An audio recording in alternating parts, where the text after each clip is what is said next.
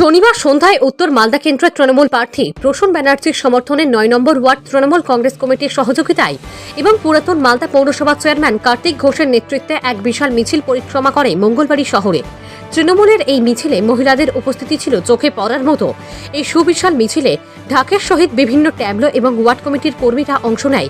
এই মিছিলের মাধ্যমে তৃণমূল প্রার্থী প্রসূন ব্যানার্জিকে ভোট দেওয়ার আহ্বান জানান এলাকার মানুষজনকে। মালদা থেকে সুব্রত সেটের রিপোর্ট, নিউজ টাইম 24x7।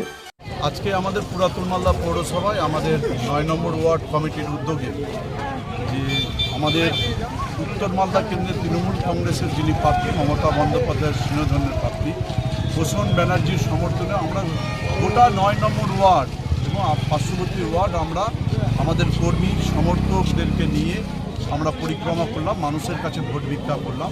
এবং আপনারা দেখতে পাচ্ছেন যে এখানটা শুধু তৃণমূল কংগ্রেসের কর্মী সমর্থক নয়, সাধারণ মানুষই এই ভোট ভিক্ষাতে সামিল হয়েছে এবং মানুষের মধ্যে যথেষ্ট উৎসাহ, মানুষের মধ্যে যথেষ্ট উদ্দীপনা, মানুষের মধ্যে প্রত্যেকটা মানুষের মধ্যে যে উৎসাহ দেখে বোঝা যাচ্ছে যে আগামী দিনে যে আমাদের ওই উত্তর মালদার কেন্দ্র থেকে ওলমালদা পৌরসভা থেকে তৃণমূল কংগ্রেসের যে প্রার্থী মমতা বন্দ্যোপাধ্যায়ের সিংহধন্য প্রার্থী প্রসূন ব্যানার্জি জোড়াফুল চিহ্ন এখানে জয়লাভ করবে, এ ব্যাপারে কোনো সন্দেহ নেই।